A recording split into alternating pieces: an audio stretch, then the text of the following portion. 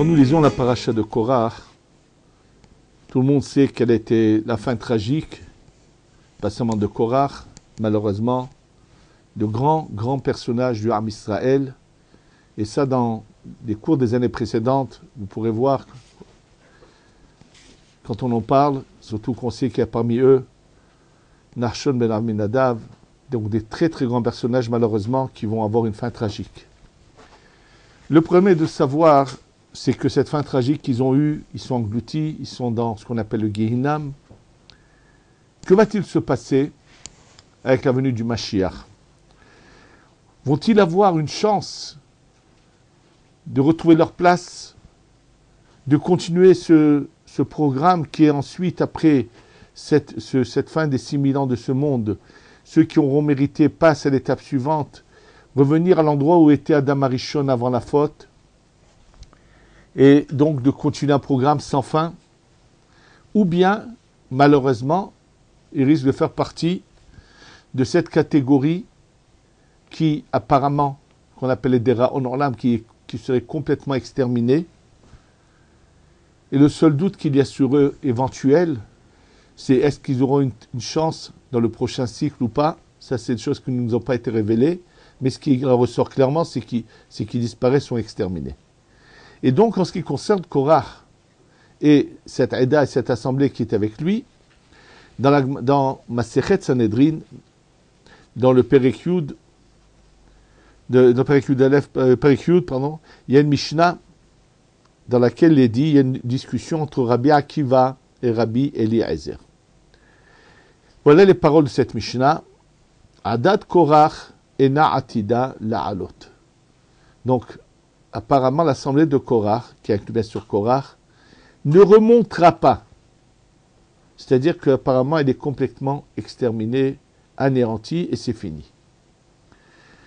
Chez Nehemar, comme il est dit, Vatechas alehem haaretz, la terre les a recouverts. Donc il explique Rabbi Akiva, Vatechas alehem haaretz, les a recouverts dans ce monde. Vayovedu mitoch hakahal, ils ont donc été perdus de l'assemblée, les olam haba, il s'agit donc du 7e millénaire, après le du Mashiach, que eux ne seront pas à la présence selon l'opinion d'Ivrei Rabbi Akiva, c'est l'opinion de Rabbi Akiva. Rabbi Eliezer Omer, Rabbi Eliezer, qui n'est pas d'accord avec Rabbi Akiva, dit tout à fait l'inverse. Alehem ou Omer, sur eux, il est dit dans le livre de Shmuel, Adonai memi tumhaye morit sheol vaya'al. Voilà qu'il y a un passou qui ramène Rabbi Eliezer, qui dit qu'il fait allusion à l'assemblée de Korach, puisque Shmuel est un descendant de Korach, et qui dit Dieu anéantit mais fait revivre. Morit sheol fait descendre dans les abîmes, vaya'al les fait monter.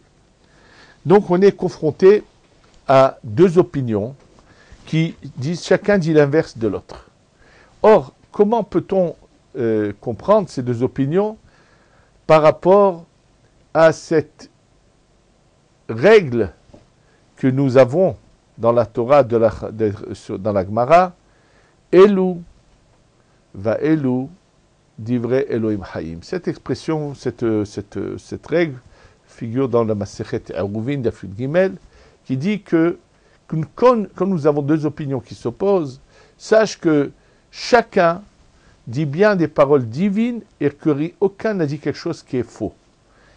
Et donc, comment pourrait-on expliquer cette contradiction entre Rabbi Akiva et Rabbi Eliezer? Ce qui va être encore plus surprenant, c'est que le Harizal va nous enseigner qu'effectivement, Korach finit par remonter. Donc, apparemment, l'opinion de Rabbi Eliezer va être prise par le Harizal et qui va trouver même une allusion à cela dans le Passouk, dans des Tehillim, où il est dit Tzadik, Katamar, Ifrah, le Tzadik, comme la date va bourgeonner. Donc, et il dit les dernières lettres de cette phrase, Tzadik, c'est Kouf, Katamar, c'est Resh, et Ifrah, c'est Het, c'est donc les lettres de Korah. Et qu'est-ce qu'il dit le Harizal? Chez Besof Hayamim Ya'ale, qu'à la fin des temps, il remontera. Et il dit que c'est Moshe qui a dit ce Mizmor sur Korah. Ce qu'il faut comprendre, c'est, comme on l'a dit, comment interpréter cette contradiction, c'est l'opinion de Rabbi Akiva qui apparemment, non seulement qu'elle contredit celle de Rabbi Eliezer, et nous voyons qu'ensuite, le Harizal reprend l'opinion de Rabbi Eliezer. La réponse se trouve dans cette même Gemara de Masechet Sanhedrin, dans le début de ce Pérec qui s'appelle le Pérec Chelek. Et là, au début de ce Pérec, on nous parle déjà d'autres personnages qui n'ont pas leur Olam Haba. Comment ça commence? Shlosha Melachim ve'arba idiotot. 3 rois et 5 personnages simples n'ont pas leur Olam Haba. Qui sont Shlosha Melachim, les trois rois. Yerovam, donc il s'agit de Yerovam ben Nevat, premier roi des rois d'Israël, puisque lorsque la royauté se sépare en deux après la mort du roi Salomon, d'un côté on a Rehavam qui va continuer à être roi sur 2 tribus, Yehuda et Binyamin, et de l'autre côté, il va y avoir une nouvelle lignée de rois qu'on va appeler Malché Israël, les rois d'Israël, qui vont être sur 10 tribus. Et Yerovam est le premier de ces rois-là, qui au début est un tzaddik, mais après malheureusement va mal tourner. Donc on nous dit qu'il n'aura pas Olam Haba. Ahav, également, on nous dit qu'il n'aura pas Olam Haba, et Ménaché. Et bon, après on nous parle des qui sont les diototes. Et là, le Ben Ishraï, dans son commentaire sur la Gemara, dans son livre Benayahu Ben Yoyada, ramène dans la Gemara une opinion qui, pareil, contredit celle de la Mishnah, qui dit la chose suivante. Dorsher et Shumot ayu omrim. Ceux qui savaient commenter la Torah d'une certaine manière disaient Kulam ba'im le'olam haba. En parlant de ces 3 rois, finalement, ils ont tous leur Olam Haba. Chez Nehemar, Li Gil'ad veli Menashe v'Efraim ma'oz roshi. Et donc, ils expliquent tout cela. Alors, vient bien sûr le Ben Ishraï nous expliquer qu'en réalité, ce qu'il faut savoir, il y en a certains, dans le cas où c'est le cas, il dit par Bilam, c'est sûr que lui n'aura pas l'Olam Haba, il n'y a aucune réparation pour lui, mais il explique que ces gens-là aussi, ils ont vraiment côté de manière très grave, mais il y avait quand même quelque chose de bon et de valable en eux. Et que les Chachamim, quand ils donnent cette phrase-là, en disant sur eux qu'ils n'ont pas leur Olam Haba, c'est une manière de donner un enseignement à toutes les générations pour mettre en garde que personne ne refasse les mêmes erreurs. Et le fait qu'on dise ça sur eux et qu'on fait de cela un enseignement pour que les gens ne refassent pas la même erreur, ça va leur donner la possibilité finalement d'être sauvés en fin de temps. C'est-à-dire que quand c'est marqué Elam Helek en bas, ce père qu'ils ne vont pas l'avoir, c'est que c'est ça ce qu'ils auraient dû normalement mériter, mais il y a eu quelque chose qui va les sauver en fin de compte. Et d'ailleurs, le Ben Ishraï ramène, il ne donne pas le nom de qui il s'agit, mais il me semble avoir entendu qu'il s'agissait de un de ses rabbanim. Bref, il ramène que quelqu'un de la ville de Bagdad, un grand rave, à qui on a révélé qu'il était le Gilgoul de Ahav, de ce fameux roi sur lequel il est dit qu'il n'aura pas l'Olam Haba. Et donc, celui qui a rêvé cela, ça lui était dur de penser quoi? Lui, il est le Gilgoul, la réincarnation d'un roi qui est condamné à ne pas avoir l'Olam Haba. Et le Ben Ishraï lui dit, je pense qu'il s'agit plutôt de son fils, pas de son maître, dans ce cas-là, il lui dit, tu n'as pas à craindre quoi que ce soit, il lui explique de toutes les façons qu'un Gilgul, c'est pas exactement la même Neshama, que c'est qu'une parcelle de cette Neshama, donc ça ne le concerne pas, ce qui a été dit, qu'il n'y aura pas leur Almaba. Et deuxièmement, il lui dit, tu sais pas que le bon du roi Achav est quelque chose de fabuleux, et que finalement, ils ont tous leur, comment on appelle ça, ils vont tous finalement se relever, ainsi de suite. Donc, comme je vous l'ai dit déjà, les Chachamim, quand Rabbi Akiva nous dit que Korach et sa Eda ne va pas se relever, il est possible qu'il y ait des parties de la Neshama qui sont perdues, peut-être c'est à ça qui fait allusion Rabbi Akiva, mais on peut dire tout simplement qu'il dit c'est ça ce qu'ils auraient dû mériter, mais eux ont eu de la chance de pouvoir vont pouvoir se relever, et cet enseignement, c'est pour mettre en garde que dans les générations à venir, personne ne continue à faire les erreurs qu'ont commis tous ces personnages-là. Et à la fin de ce cours, on va parler comment ces erreurs se reproduisent malheureusement, se sont reproduites déjà dans un grand nombre de générations. Ce qu'il faut essayer de comprendre dans ce cas-là, quel est le mérite qui a pu donner la chance à Korach de se relever? D'abord, il faut comprendre pourquoi n'aurait-il pas eu normalement, il aurait dû être condamné et être complètement anéanti, et c'était fini, cette Neshama et ceux qui l'ont accompagné seraient complètement perdus. Ce qu'il faut savoir, c'est que Korach, les Havdil, c'est ni Lapide, ni ceux qui sont de cette catégorie d'individus, qui eux sont malheureusement ce qu'on appelle le Gilgul, la réincarnation du Arevrav, et qui eux ont une haine profonde contre l'authentique judaïsme, et qui n'ont qu'une apparence, mais qui sont une forme d'antisémite, avec malheureusement un masque sur le visage. Et c'est pas seulement eux, c'est tous ce qu'on appelle ces réformateurs, quel que soit dans le monde, qui veulent continuer à détruire le judaïsme, à détruire le peuple d'Israël, peut-être pas physiquement, mais spirituellement. Et on n'a qu'à juste prendre une leçon de ce qui s'est passé aux États-Unis, où là-bas s'est amplifié ce mouvement de réformer la Torah, a donné finalement une conséquence d'assimilation totale, et que si tout le monde avait suivi ces réformateurs, il ne resterait plus de peuple juif aujourd'hui, et donc même si le corps serait resté, il n'y aurait plus de peuple juif. Et donc ceux qui aujourd'hui se battent pour empêcher la Torah de continuer à être diffusée, eux, malheureusement, leur fin risque d'être bien tragique et être vraiment sans retour et sans aucune chance d'être sauvés.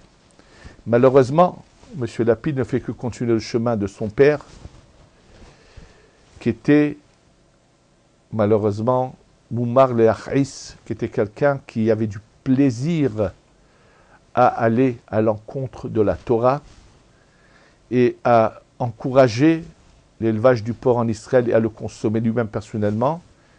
Et je peux vous dire que ça a été même filmé et passé à la télévision israélienne, où il rend visite à ce genre de personnages qui, de manière mauvaise, vraiment une haine contre le judaïsme et une manière vraiment ignoble et horrible de vouloir bafouer l'honneur de Dieu, et qui encourage donc à ce genre de choses. Malheureusement, Dieu n'y a même pas parlé, parce que il faut ne pas oublier que le jour où le père de ce Lapide a dépassé la mesure, Hachem est intervenu, et ça a été très rapide. En un clin d'œil, un cancer fulgurant l'a pris de ce monde. Et qu'il faut qu'il le sache, que tous ceux qui s'attaquent à la Torah Nous n'avons rien besoin de faire. Mais Hachem saura faire sa justice et on sera tous témoins des conséquences de ce qui leur arrivera, malheureusement. Ce que je leur souhaite, c'est par contre, c'est de faire teshuva. Parce que donc, s'ils sont sur terre, si on les a refait venir sur terre, c'est qu'ils ont une chance. Et c'est sûr que je leur souhaite du fond du cœur. Et je prie Hachem, que Hachem leur ouvre les yeux et leur fasse comprendre que leur chemin n'est pas le bon. Et que cette haine qu'ils ont, et qu'ils utilisent des arguments, soi-disant l'égalité dans les tâches et ainsi de suite, dont je parlerai à la fin du cours, sont juste des manières de cacher la haine gratuite qu'ils ont envers le judaïsme.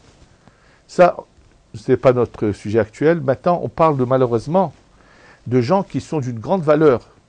Korach, on va voir tout de suite ses qualités et sa valeur. C'est que Korach, qu'est-ce qu'il a fait trébucher, on va le voir aussi. Mais, comme le dit le Rama Mipano, Rabbi Menachem Bar Mipano, grand Mekoubal, qui cite le Harizal, et donc quand il ramène le Harizal qui dit que Korach va finalement remonter, il explique qu'est-ce qui a donné cette chance à Korach d'être finalement sauvé. Pas seulement lui, c'est que tous ceux qui l'ont suivi étaient de très très grands personnages, très proches de la Torah, et qui ont commis une erreur.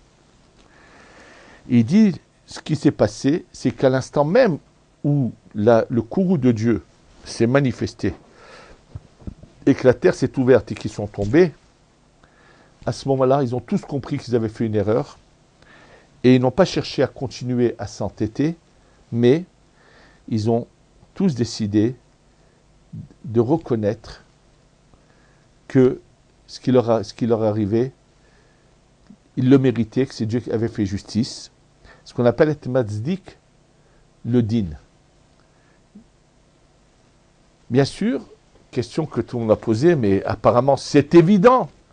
Il meurt. De l'autre côté, quelqu'un peut-il remettre en question les décisions de Dieu? Eh bien, sachez que oui. C'est-à-dire que comment? C'est-à-dire que lorsque les gens sont pas de ce monde, imaginez-vous bien que chacun ne fait que continuer malheureusement dans son attitude, et que si quelqu'un est dans le faux complet, continuera à l'être. Par exemple, je viens d'entendre une histoire d'un ami qui est en train de subir malheureusement, il se bat pour récupérer de l'argent qu'il a prêté.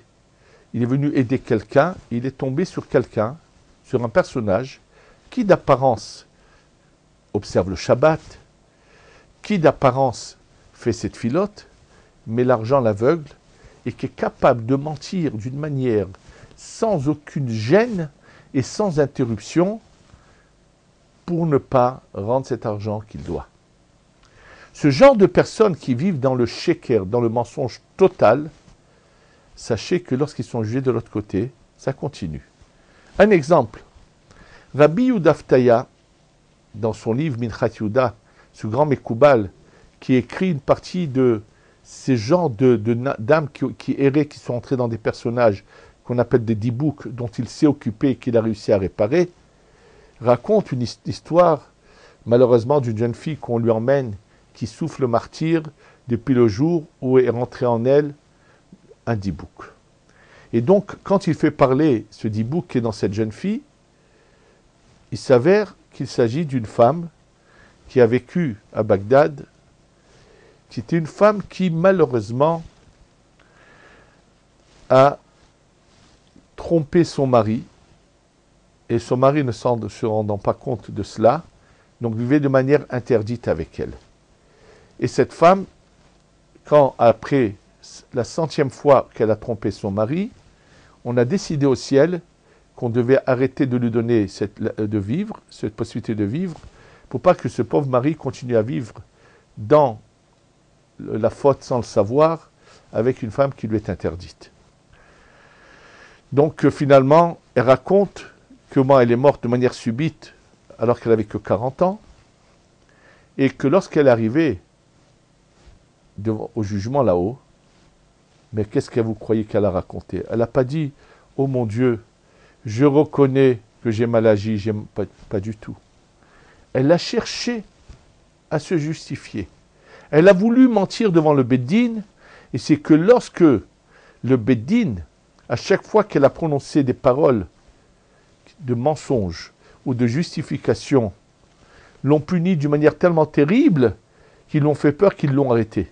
Sinon, malheureusement, même de l'autre côté, elle voulait continuer à vivre dans son mensonge. De la même manière que dans ce monde, elle s'était trouvé des excuses pour justifier son attitude immorale, elle a continué comme ça de l'autre côté.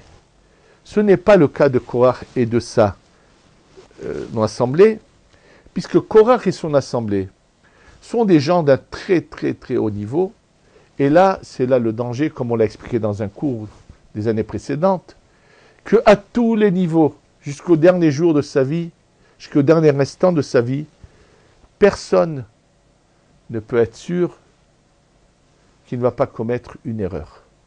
Quel genre d'erreur? C'est que des fois, le cas de Korach, où il est persuadé que Moshe Rabbeinu se trompe et qu'il faut donc corriger et se battre pour la vérité. C'est des choses, malheureusement, qu'on a retrouvées combien de fois dans les générations.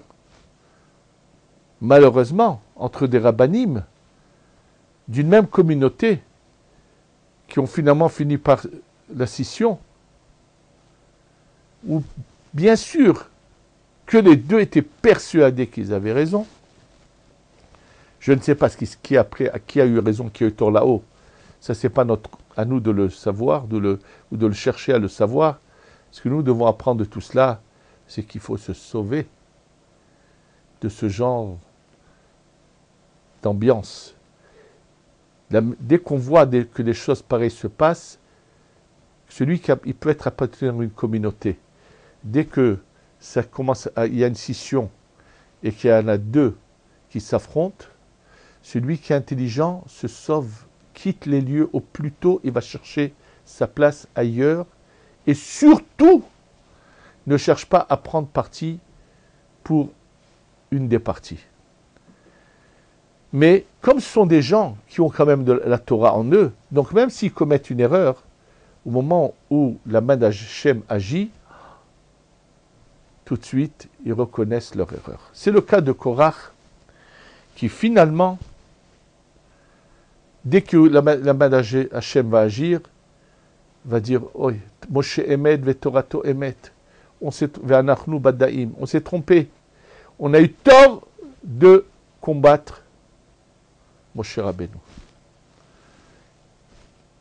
J'ai entendu que le grand tzaddik, un des grands admourim qu'on appelle le Yismach Moshe, commentaire connu sur la Torah d'un des grands de la Chassidoute, qu'aurait dit à ses chassidim que lui était à cette époque-là, dans son Gilgoul du Dor Hamidbar, il n'a pas voulu leur dire, il n'a pas voulu dévoiler ce qu'il savait, de quel côté il était dans cette marloquette en question, il n'a pas voulu en parler, il n'a pas voulu leur dévoiler. Mais ça l'a fait revenir en Gilgoul. Et donc, bien sûr qu'il faut donc prendre une leçon. Maintenant, ce qui reste à comprendre, chez Korach, au moins, nous savons qu'est-ce qui malheureusement l'a fait trébucher. Et là, c'est qui nous le dit, le Midrash. Dans le Midrash, il y a le coup de Shimoni. On nous dit d'une manière très évidente et claire, c'est même dans la Gemara, celui qui veut le comprendre peut le comprendre dans la Gemara également, dans Masechet Sanhedrin, Daf Kuftet Amud Bet, Kufyut Amud Aleph, sur le pasuk Vaikar Korach, Korach a pris. Vous savez que lorsque la Torah parle de mariage, d'un mari qui prend une épouse, Ki yikah ish isha. Le mot lekicha, prendre, c'est aussi dans le sens de un homme se marier avec une femme. Et là, Rish Lakish nous dit que le gros problème de Korach a été qu'au moment où il devait se marier, il a commis l'erreur de prendre une femme qui n'était pas du tout pour lui, qui par rapport à lui était mauvaise. Donc il nous le dit, chez Lakach Mekach al Atzmo, qu'il a pris malheureusement quelque chose de mauvais pour lui. Et de quoi il s'agit? Il s'agit de sa femme. Et c'est elle qui va finalement constamment le pousser à lui dire, mais regarde, elle ne va pas arrêter de lui faire un lavage de cerveau et malheureusement le faire tomber. Il y a un enseignement important ici dont il faut parler. Surtout que j'en parle parce que c'est quelque chose que j'ai vu de mes yeux, qui m'a énormément ébranlé, touché, quand j'ai connu quelqu'un que j'ai vu, à un moment donné de sa vie, s'élever, monter, grimper et arriver très haut dans l'amour de la Torah, dans la compréhension de la Torah, dans l'étude de la Torah, dans l'application des mitzvot, avec combien il se sacrifiait pour ne pas rater des cours de Torah. Je ne peux pas te donner trop de détails, craignant que des gens comprennent à travers les détails que je vais donner de qui il s'agit, surtout s'ils le connaissent. Et ce personnage, combien de fois venait, quand il n'en pouvait plus, vider son cœur de sa vie conjugale et familiale, de la souffrance qu'il passait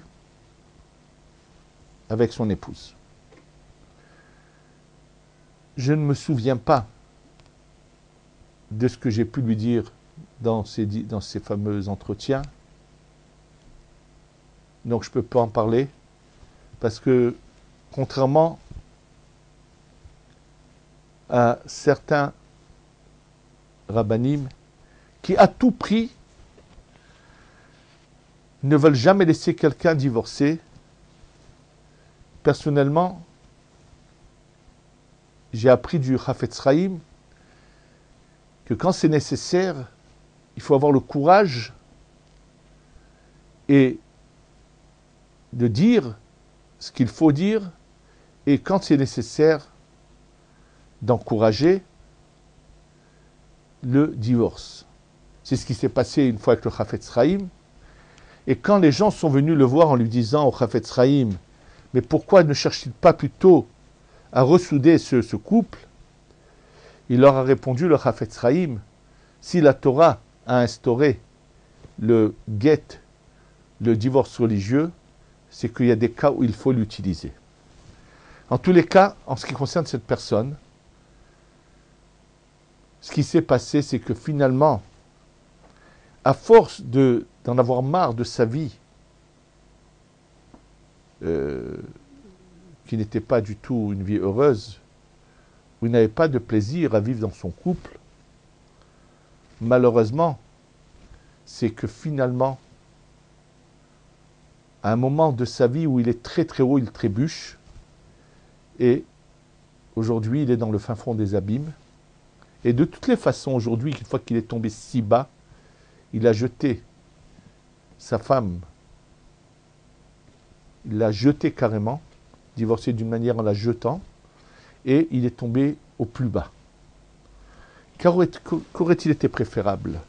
Bien sûr qu'il aurait été préférable qu'avant qu'il arrive à cette situation, de l'encourager, de faire divorcer, il aurait pu peut-être retrouver mieux et continuer son ascension, son chemin de lumière, et que malheureusement, aujourd'hui, de toutes les façons, tout a été détruit, mais avec une destruction de sa part à lui personnelle. Et donc, ce n'est pas sans raison qu'on nous parle de cela, qu'on nous dit que malheureusement, le cas de Korach, attention, il y a aussi le cas inverse, dont j'en parle dans les cours des années précédentes sur Korach, Cette femme qui va, elle, au contraire, savoir sauver son mari. Cette femme vertueuse qui est la femme de On Ben Pellet. Vous pourrez le voir, combien on en parle dans un des cours des années précédentes. Mais ça nous donne à réfléchir, à savoir quelle est l'attitude que nous devons avoir dans certains cas, quand on s'occupe de couple. C'est aussi des fois l'inverse. Une femme très bien et qui est malheureusement mal accompagnée, qui tombe à côté d'une mauvaise compagnie, et que des fois il faut encourager à se séparer pour qu'elle puisse continuer dans son chemin de lumière. Bon, c'est bien sûr, il faut demander toujours à Hachem de nous éclairer et de savoir quelle est la bonne voie à suivre, c'est évident. Et en tous les cas, ce qu'on veut nous dire à travers ça, c'est que Korach, dans le fond, est bon, puisqu'il va savoir tout de suite reconnaître la vérité. Malheureusement, c'est un facteur extérieur qui va l'entraîner à ses erreurs. Donc, bien sûr, je vous répète, l'erreur de Korach est une erreur qu'on aurait beaucoup de mal à définir et à comprendre, parce qu'il était persuadé qu'il agissait bien, comme je vous l'explique, je vous dis dans d'autres cours déjà, qu'il fallait faire des remontrances à Moshe. Bon, c'était faux. Et que chacun prenne une leçon et se dise toute la vie, ouvrir les yeux, savoir quelle est la bonne voie, le bon chemin. Maintenant, ce qu'il faut savoir, le meilleur moyen de savoir quand un chemin est bon ou faux, c'est d'en voir les conséquences. Ce qu'il faut savoir, c'est que quand on regarde l'ensemble du monde juif orthodoxe, Baruch Hashem, à travers ce monde juif orthodoxe, il y a une majorité qui continue à suivre le chemin de la Torah de manière parfaite, sans jouer. Par contre, dans l'autre côté, d'un monde qui est pratiquant mais qui n'est pas orthodoxe, malheureusement, la grande majorité ne respecte pas à la lettre les lois de la Torah et se permettent énormément de tolérances qui sont contre la Torah. Sans parler que personnellement, il m'est arrivé d'être des fois des Shabbatot dans ces genres de lieux de prière où il y avait cette autre partie qui ne se dit pas orthodoxe, où j'ai vu des gens parler au milieu de la tefila dans des endroits où il est interdit de parler.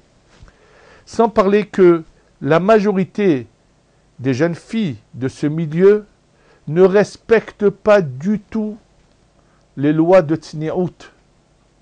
Ne les respectent pas.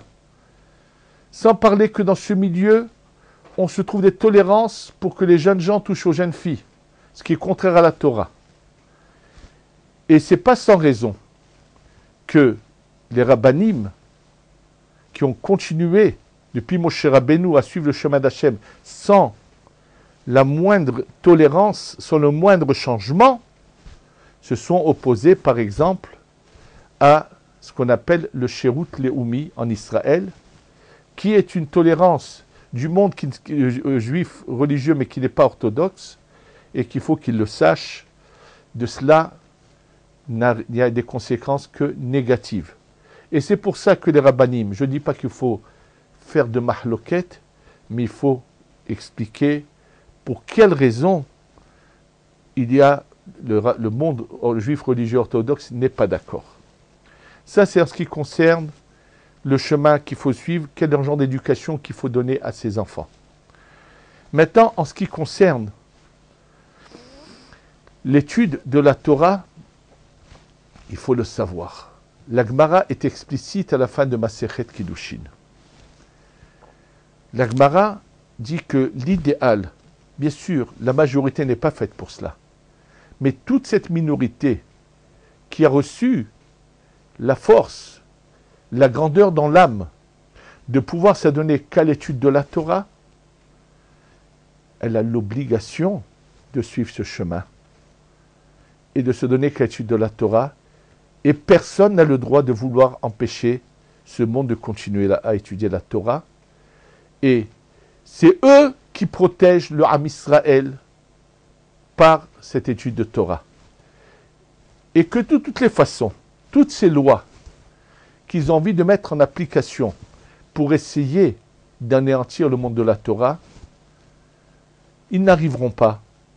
Ils ne sont pas les premiers dans l'histoire à vouloir faire ce genre de choses. Mais là, nous connaissons déjà la fin de tous ceux qui ont voulu anéantir ou physiquement le peuple d'Israël, ou spirituellement le peuple d'Israël. Tous ont eu une fin tragique de destruction d'eux-mêmes. Et Baruch Hashem, Am Israël Hay Vekaim La'ad, le peuple d'Israël a continué à exister. Et donc, ce qu'il faut le savoir, chacun doit chercher à savoir ce que Hachem veut de lui et à éduquer ses enfants. S'ils sont aptes à être uniquement dans la Torah, tant mieux. Sinon, bien sûr, qu'ils soient de bons juifs pratiquants sans se permettre de jouer avec quelques halachot de la Torah. Il ne faut pas que l'amour d'Eretz Israël soit une tolérance pour se permettre de ne pas respecter d'autres halachot de la Torah. Chaque halacha doit être respecté de manière claire, sans la moindre tolérance. C'est ça le respect que nous devons avoir vis-à-vis d'Hachem. Qu'Hachem nous guide dans la droiture et qu'on sache toute notre vie ne jamais trébucher. Qu'on prenne un enseignement de ces personnages si grandioses que Korach et son assemblée et que chacun doit se dire, avant de se permettre d'aller contre quelqu'un, être sûr que c'est vraiment ça le désir d'Hachem. Ce sont des choses qu'on retrouve aujourd'hui, même par exemple, dans le monde chassidique, où il arrive des fois que dans un même groupe chassidique, il y a une scission. Qui doit être celui qui va continuer? Qui doit être celui qui va être le prochain rabbi ou le prochain admour? Nous n'avons à juger personne, mais il est clair que dans ce genre de marloquette, il y en a un qui est en train de commettre une erreur. Et on n'a qu'à lancer cet enseignement, nous l'avons de là. Et quand je ne parle pas seulement du monde chassidique, si je parle d'un exemple très connu, d'une yeshiva merveilleuse qui était à Londres, qui a fait grandir en elle des générations de Talmidei Chachamim, qui est aujourd'hui inexistante, complètement fermée, parce que tout simplement, lorsque celui qui était le fondateur a quitté ce monde, et qu'il y a eu, malheureusement, une marloquette entre le fils et les gendres qui devait être le Rosh Yeshiva, la conséquence c'est qu'il n'y en a aucun d'entre eux qui est devenu Rosh Yeshiva. Tout s'est effondré. C'est clair qu'il y avait une des parties qui avait tort. Qui, nous ne le savons pas et nous ne le saurons jamais. Ça, c'est que Hachem qui le sait. Et nous n'avons pas le droit de prendre parti pour qui que ce soit. Il y a eu cette marloquette terrible, par exemple, à l'époque de Rabbi Yonatan Béchitz, avec un autre rave de sa génération, dont les conséquences n'ont été que néfastes. Donc c'est sûr que c'est un enseignement auquel il faut faire attention. Mais une chose que nous devons aussi retenir, que nous ne devons pas suivre ceux qui, pour quelque raison que ce soit, pour quelque justificatif que ce soit, se permettent de se relâcher dans n'importe quelle mitzvah de la Torah. Ce genre d'école, ce genre de chemin, nous devons nous en écarter et nous devons continuer à suivre à la lettre ce que Hachem veut de nous et essayer de toujours faire plaisir à Kadosh Baruch Hu et de rechercher vraiment ce qu'il veut de nous et d'être vraiment ses enfants aimés et adorés et qu'on ait bientôt la Géoula Shlema Shtavo Bimera Beyamenu. Amen.